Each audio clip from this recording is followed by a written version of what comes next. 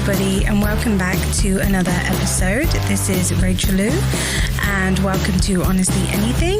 On this show, I can talk about pretty much any topic, but I'll always be very honest with my opinions.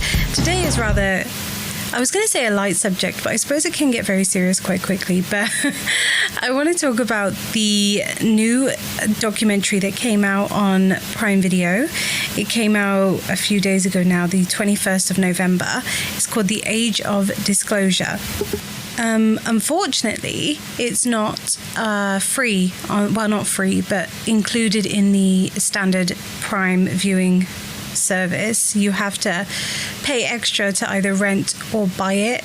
I decided to rent it, and it is, it is quite pricey, to be fair. It's like £20, but anyway, I really wanted to see it, and I did try and find it through other means, but I really couldn't. So I just bought it on Prime, I rented it on Prime. And I just finished watching it earlier on today. It took me a couple of days because I've been quite busy, and I really wanted to pay 100% attention to it because it's quite interesting, really. Let's go over the overview of the documentary. So this film features 34 US government insiders and revealing an 80-year global cover-up of non-human intelligent life and a secret war among major nations to reverse engineer advanced technology and non-human origin. Sorry, I can't read today. So yeah, that's basically what it's about. It's about all of these very high-ranking officials, really, on various different departments within the US government, I suppose, the different agencies and things like that, and uncovering this mass cover-up. They say it better. Watch the film, okay? But it is really interesting when you think about it, because for me personally, I never really thought about alien life. I say alien, non-human life. That's the phrase that they use. I'm old school. Alien life. Extraterrestrial life. I mean, I think that, I would watch over the years those videos that would come up of UFOs, or they're now called UAPs, in the sky, and people filming, and you think, yeah, that's actually really weird, unexplainable. But what is it really? You don't really know.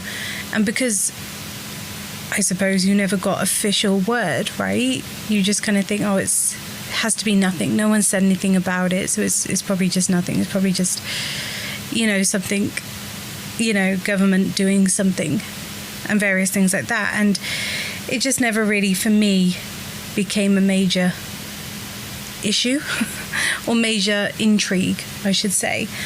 I obviously, think that there has to be intelligent life, intelligent beings, non-human beings elsewhere in the vast area that is space, outer space, and various galaxies and everything like that. I've always been kind of really quite interested in space and different galaxies and planets and stuff. Not to a point where I wanted to take it to an academic level, but just kind of, I always found it really interesting. So whenever there was any kind of documentaries and things, I love a good documentary anyway, but space really does intrigue me. I've been to the Kennedy Space Center a couple times in Orlando, so that's always been really fun. I always find it really fascinating. But when it came to thinking that perhaps there was non-human life forms and all these UAPs going on all around us, I didn't really think so, really. I thought, well, what are they doing? Like, come, go, in or out, And like I said, because there was never really any official word, for me anyway, I just, put it to the back of my mind and carried on with life. But after watching this, I honestly am quite persuaded to think that that this actually could become quite serious. And it's almost astonishing when you watch it, because, by the way, there is going to be spoilers in this. So if you don't like that, then go and watch the documentary first. If you don't care, listen to me chat on about it. But let me get into some of the things that they talk about. Obviously, the main points are that the major point, I suppose, is that since the 1947, the government, the US government, has had this secret, very, very secret military kind of operation to recover aircrafts and reverse engineer the aircrafts or the weapons that they found. And apparently, obviously I'm talking about the famous Roswell crash in 1947. From that actual crash, it has been disclosed that apparently there were 4, so they got the craft, and 4 non-human beings. I'm going to keep saying non-human because it sounds better than saying alien, I suppose, from that crash site as well.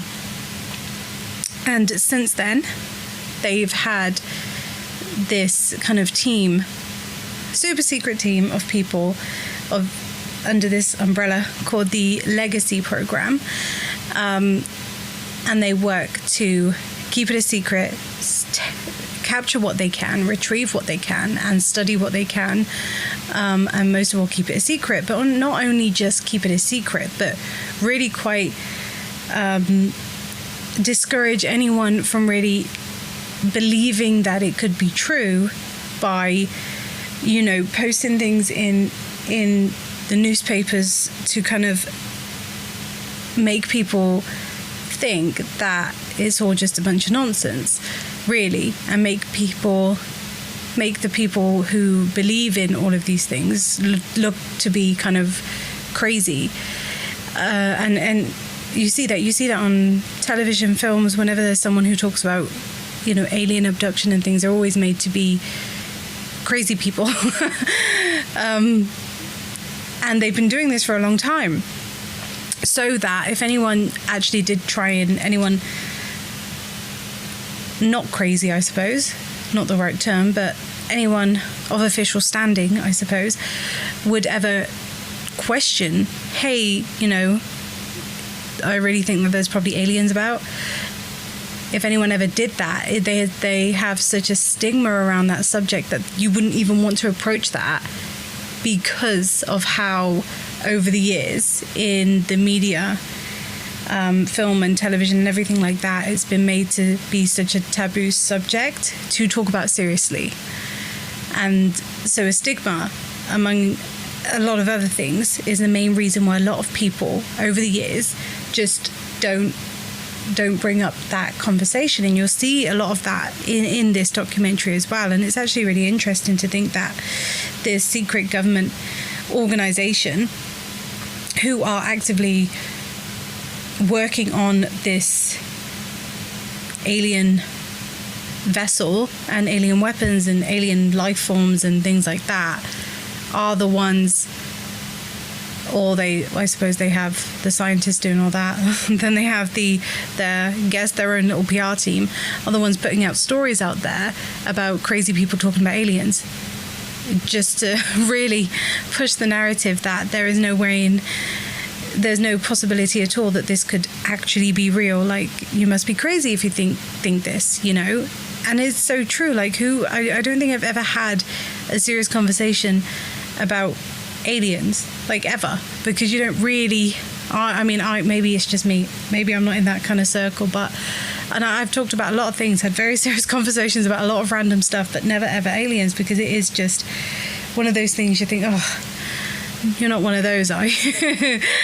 And it's really unfair, because I feel like completely blindsided after watching this documentary. And you have all of these official people, and a lot of them who talk on the documentary, you'll see, have worked in very high levels of the government, of the CIA, the Secret Service, and all of those things. There's all these other agencies. I don't know all their names.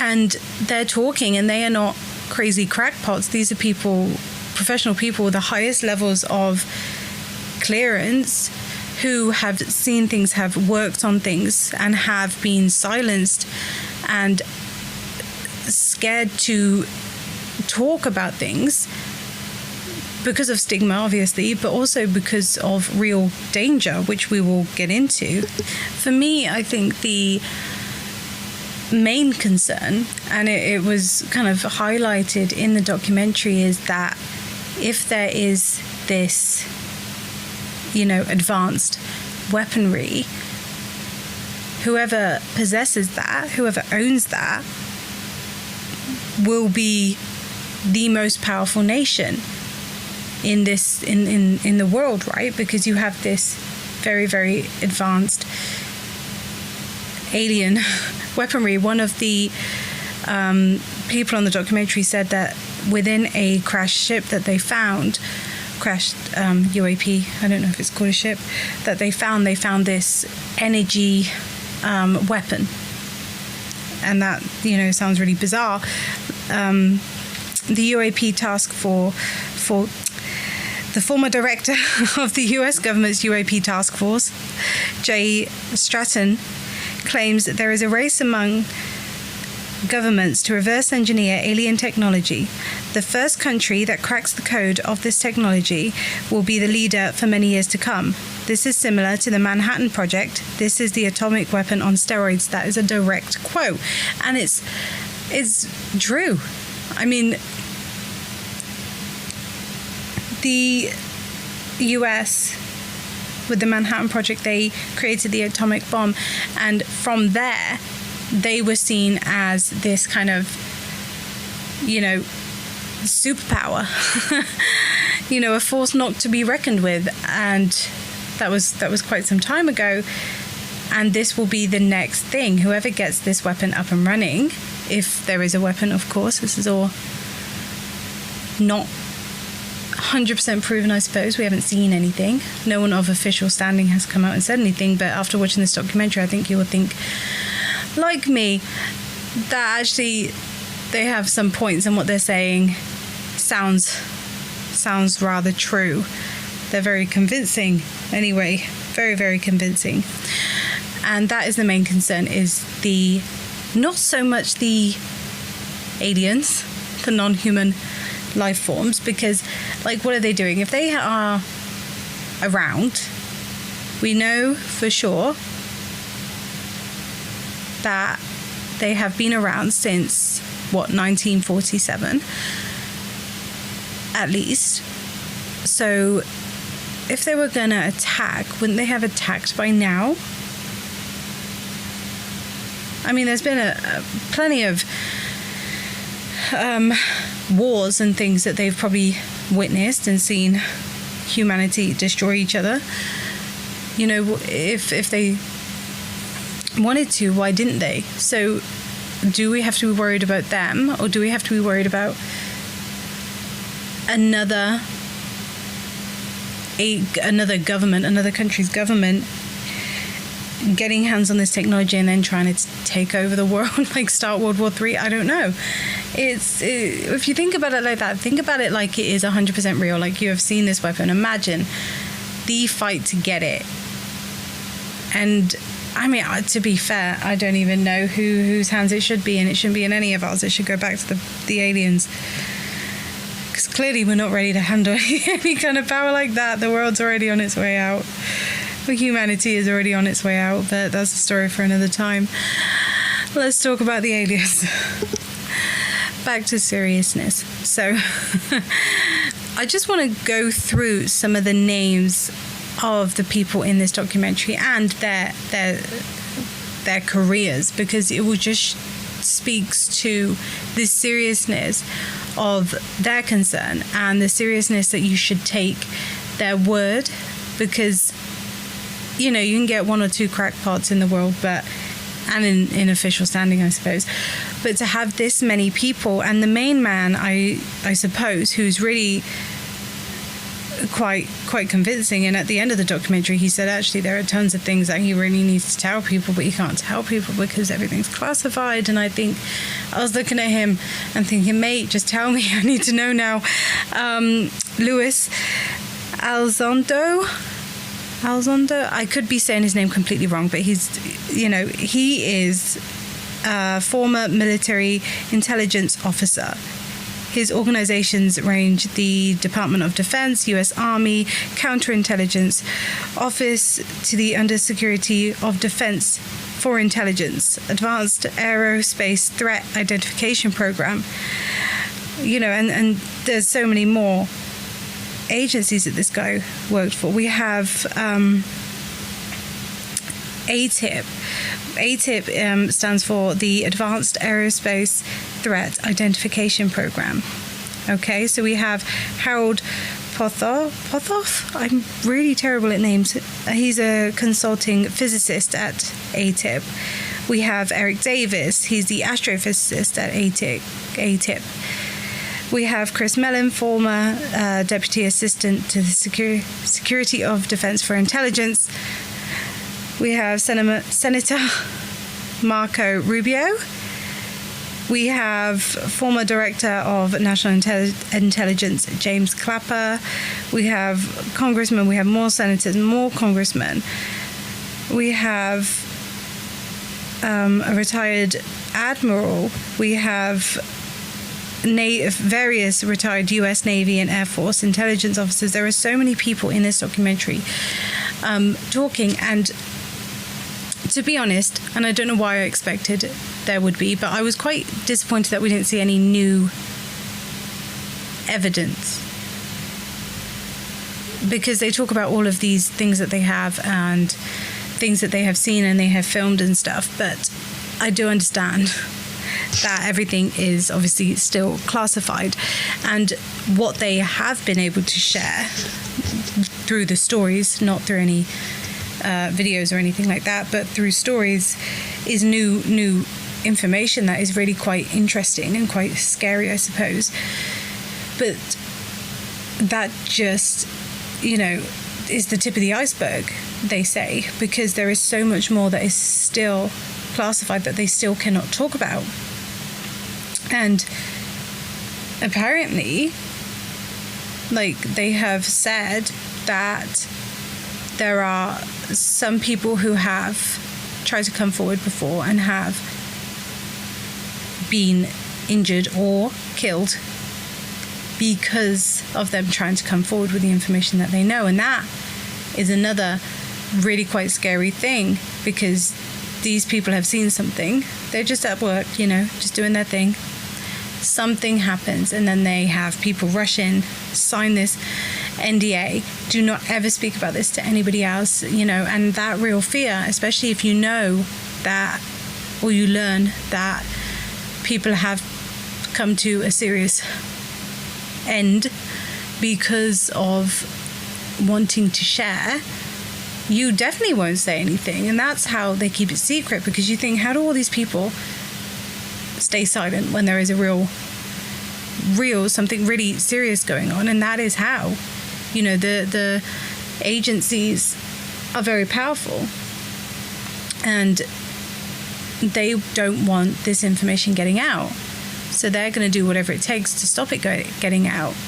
And they also say in the documentary that, I don't know who in the government knows, but they say that for a lot of it, many presidents don't even get that information, so that they can still have deniability. So even if you're president, you might not even know what the hell is going on within the government, because they have all these secret things, and they have had for a long, long time.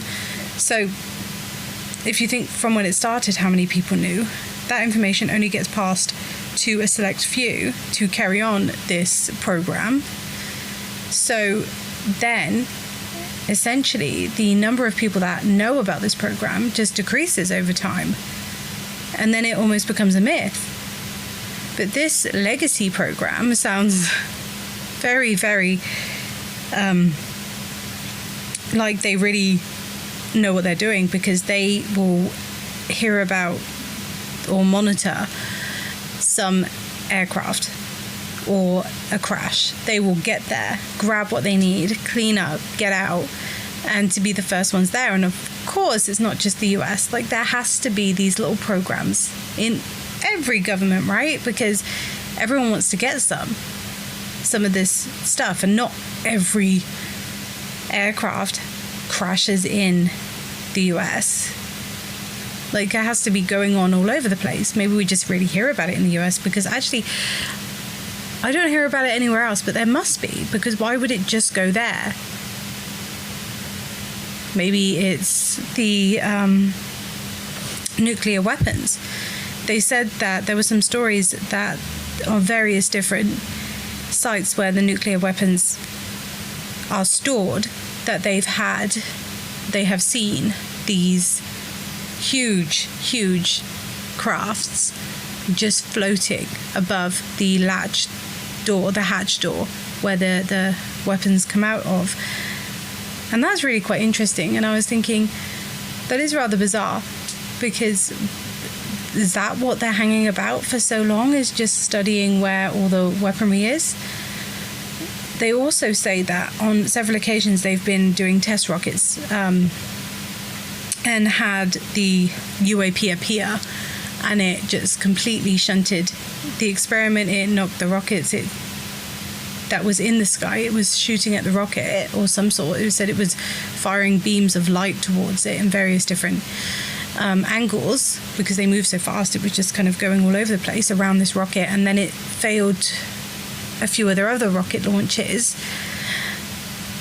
as well. So they lost like 80 rockets or something, they say, that day, which is insane, because like, to have that agility on an aircraft, to be able to move about like that so fast, and to have that power to just disable rockets mid-air, and before they've even launched, some of them just were duds, right, after this UAP encounter. And you can have a dud rocket, but to have so many is rather strange. So that's really interesting to me, is that the fact that if these stories are true, then there was various aircrafts hovering over the nuclear sites, or the nuclear bomb sites, which is quite scary. What if they have the power to launch them? Like, could they do that? That would be really quite scary. You don't really know. You don't know. But it seems I'm just still on a hype, because watching that it's made my mind just go into all the different areas it could possibly go on, thinking about this subject. And I'm by myself. I don't have anyone to talk to about this, so I'm going to ramble on here, if you don't mind. And please join in the conversation and tell me what you think, because I could be going completely off here. But what they what they said, because the way they described a couple of these, I mean, they're always described a bit differently, but the way they described a couple of these is that there is this big kind of oval or sphere shaped bright light, like a big ball, and within that is the aircraft. So they went to the scientists on the documentary, the physicists, the astrophysicists, and there was a few more that spoke on this, and what they said actually made sense to me, and I think it may make sense to you. So what they were saying, and I'll try and explain this as scientifically as I can, and I do apologize, because I find science interesting, but I don't have the brain capacity to understand it completely. But let's go into this. What they're saying is basically, so in my stupid people terms, because that's the only way I understand certain things, they have the aircraft, right? And the aircraft is essentially inside of a bubble. They said bubble. My mind automatically went to like force field. That's how I pictured it. So you have this aircraft, this UFO, inside a force field, a bubble, and within that bubble, the time inside the bubble is different to the time outside of the bubble. So that would explain how it can move have that agility in an aircraft to be able to go, because if you ever see the videos, they are wild. They kind of shoot up and down around and quick turns and things like that, and you imagine if someone was actually driving something going that fast, you would die. Like, you'd fly out. Like, there's no way. You would be crushed with the pressure of the up and down, the air pressure going up and down and through, and also they go underwater and come back out, like at such speeds. It's insane. But that would make sense if they had their own little atmosphere inside the bubble that was different to the one outside, because then you're protected inside the bubble. Force field, in my opinion, you're protected inside of it, and the time is different. So you could be going 1,000 miles an hour to everybody outside, but inside you're just chilling and doing a nice 40 miles an hour.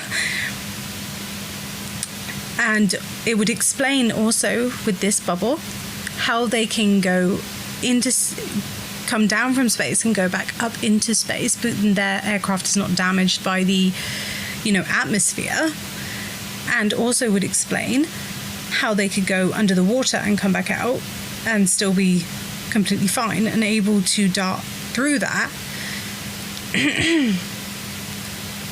because they are protected within that bubble. And they also said that bubble could also be what is generating the energy to keep the aircraft up and moving, because a lot of people have said that when they are near them, they are silent. There is no sound, and it doesn't seem to have like an engine, right? It's just floating there, no sound. Also, I suppose it could be quite noisy inside the bubble, right? There could be sound from an engine inside, but if it is a bubble, then we can't hear it outside. But who knows? I don't know. But that would make sense. And when you rewatch the videos with this image of it being inside a little bubble and the bubble is glowing, and you rewatch videos of UFOs, UAPs, that people have captured it, and you can see it, you can kind of see it, and that would make a lot of sense. Now, what that energy force field thing is, no idea. Obviously, it's a theory. There is no evidence that is the case, or at least evidence that we know about that is the case. And I think it's safe to say that no scientist has been able to reverse engineer the crafts or the weapons to an extent that anybody else has seen them. Because I think that if someone had full control of these weapons and these aircrafts, like, they would have used them by now. But it doesn't mean to say that we're not going to get there very soon. So that also is a concern. It's just really quite... I mean, I knew that they were going to be talking about these things, but I just thought it'd be any other kind of documentary where they go over things that you've already heard. But this was quite good.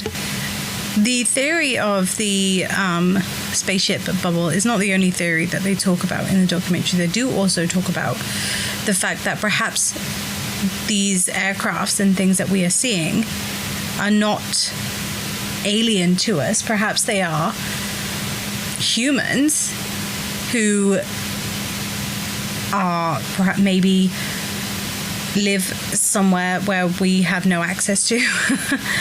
It sounds wild. This guy says it better than me, trust me. But there is a theory that perhaps there's a small group of humans that broke off from the mainstream of us years ago and settled somewhere, perhaps underwater, I suppose in airtight bubbles underwater, but or whatever.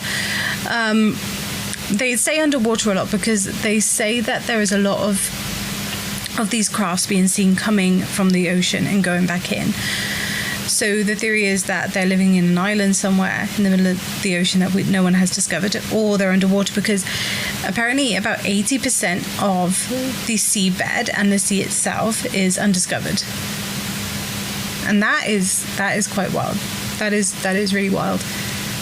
That there is so much of the ocean that is actually on our planet that we don't know about, whereas people know so much about space and planets and all of that, and Mars. You mapped Mars before we've even mapped our oceans. I mean, it's probably really quite difficult. That's why no one's done it, you know. But that's quite interesting. So the basis is that this group of human beings have advanced are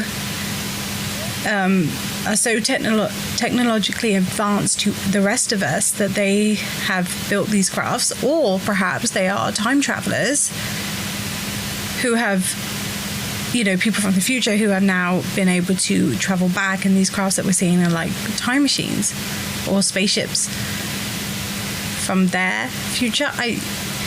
Time travel always gets me. I don't really understand it. I think I understand the alien side more than the time travel side, but the fact is they're floating various things, and I can see why actually some people don't like having these conversations, because that does sound a bit wild. But hey, what do we know? These things are happening, right? These things are there. Like, who am I to say that it's not a time traveler or some weird person that lives in the sea? Like, I don't know. But the thing that I am more convinced to is the fact that there is actually a lot that has been hidden for so long. And the fact that, because in my mind I was thinking, well, yeah, this crash in Roswell, like, yeah, sure, they took the aircraft.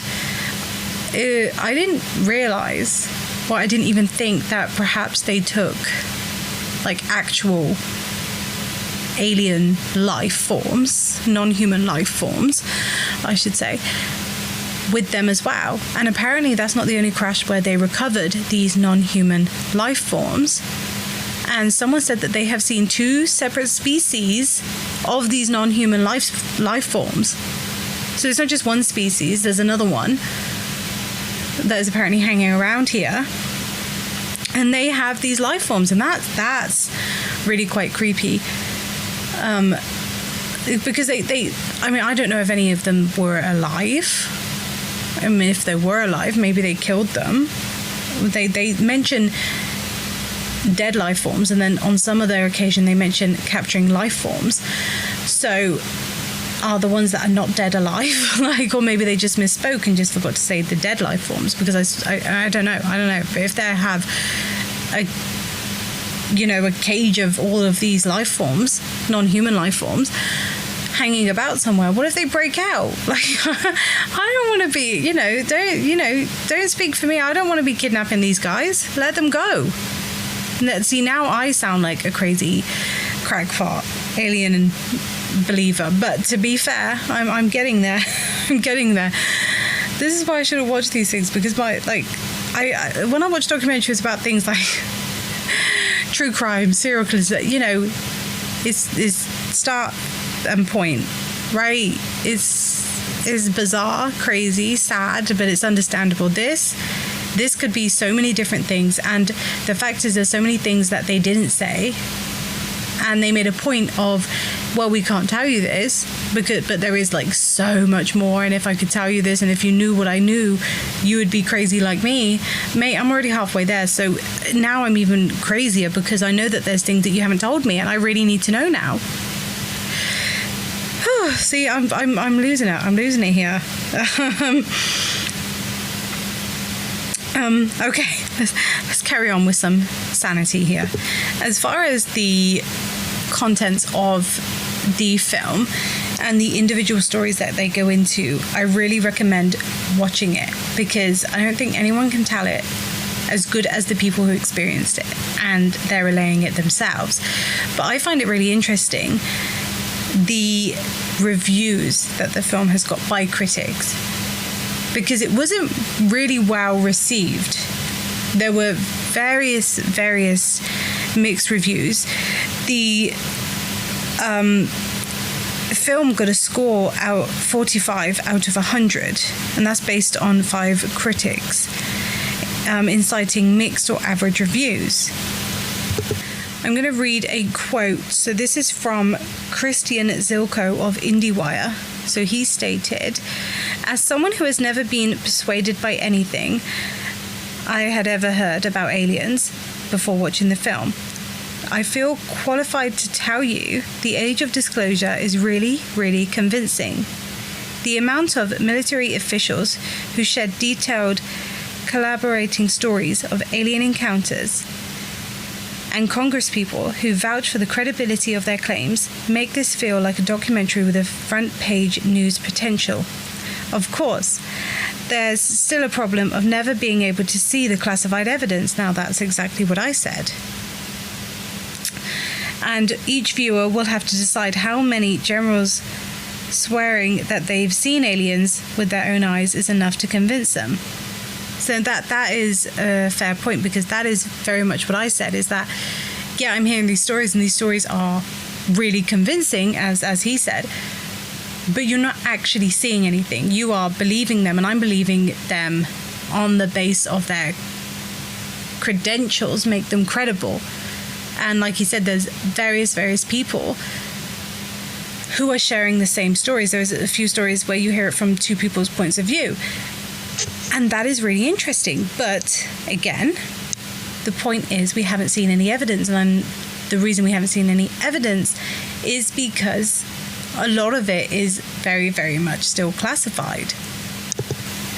I'll read another quote. So this one is from Owen Gleiberman of Variety. So he wrote, "The title of the film refers to the idea, or is it merely the hope, that we now live in the age where the government is being pressured to shed its secrecy. The people want to know, and the film says we will know. But if that's the case, then when are we actually going to be shown something that looks more like a dupe of an old video game, depicting a blurry black dot of an alien spaceship cruising over the water at what looks to be about 300 miles per hour. I'll believe it when I see it." So that's, I mean, fair point. They saw the same film as me, and he's still not there. I mean, there are so many of these mixed reviews. There are some who are really, really for it and really convinced, and then there are some that are just like, this is absolute nonsense. There are people that say it's just sensationalist and things like that. And you have to understand that there are people who, until they see it with their own eyes, and that is with their own eyes, really, because quite frankly, I suppose in this generation of AI videos and things like that, I am watching things and I genuinely never know if I should believe it or not, because it just, you don't know what is fake and what's real. So for anything now, it's almost like I need to see it with my own eyes to actually believe that that's real. So, I mean, what is real? What is out there? I think there has to be something out there. And I am really quite convinced by the documentary. Maybe eventually my sanity will come back and I'll think about things more rationally. I think it may be because I've just seen it that I'm really like, this is wild. I need to go meet this guy, and I need to force him to tell me what he knows. I need him to take me there. No, actually, I don't want to go there. I don't want to see them. I don't want them to know that I was involved. I'm talking about the aliens. I don't want to be a part of that kidnapping scheme. The thing is, if these non-human life forms are real, and we have got some captive, I have no idea if the ones that they collected from these bases were alive or dead. But imagine if they do have some captive that are alive, and like their people come and to free them, we don't stand a chance. If all this power that they apparently have is real, like, who do you think you are, like, to keep them locked up? Because when they come, they will kill you. They will kill everybody here. And that's actually quite scary. If they are here. I don't know. I think I'm going to end this here because I'm going to continue to go off and you're going to hear my thoughts out loud. But anyway, please do tell me what you think if you've seen it. If you're waiting for it to be discounted to a better price, because really it is for what it is, I was quite disappointed that I spent that money. And I didn't actually see anything new that I hadn't seen before. I just heard a lot of stories, and they were quite good and quite convincing and quite interesting. But there is no new visual evidence to be seen. But the stories are quite good. So if you want to pay that, then please do, or just wait till it's like cheaper. Yeah, okay. Thanks, guys. Thanks for listening. And until next time, who knows what I'm going to talk about next. I do have plans for videos, but then I just watch something and I just pull my microphone out and crack on. So who knows what's going to be next. All right. Peace and love, guys. Take care out there.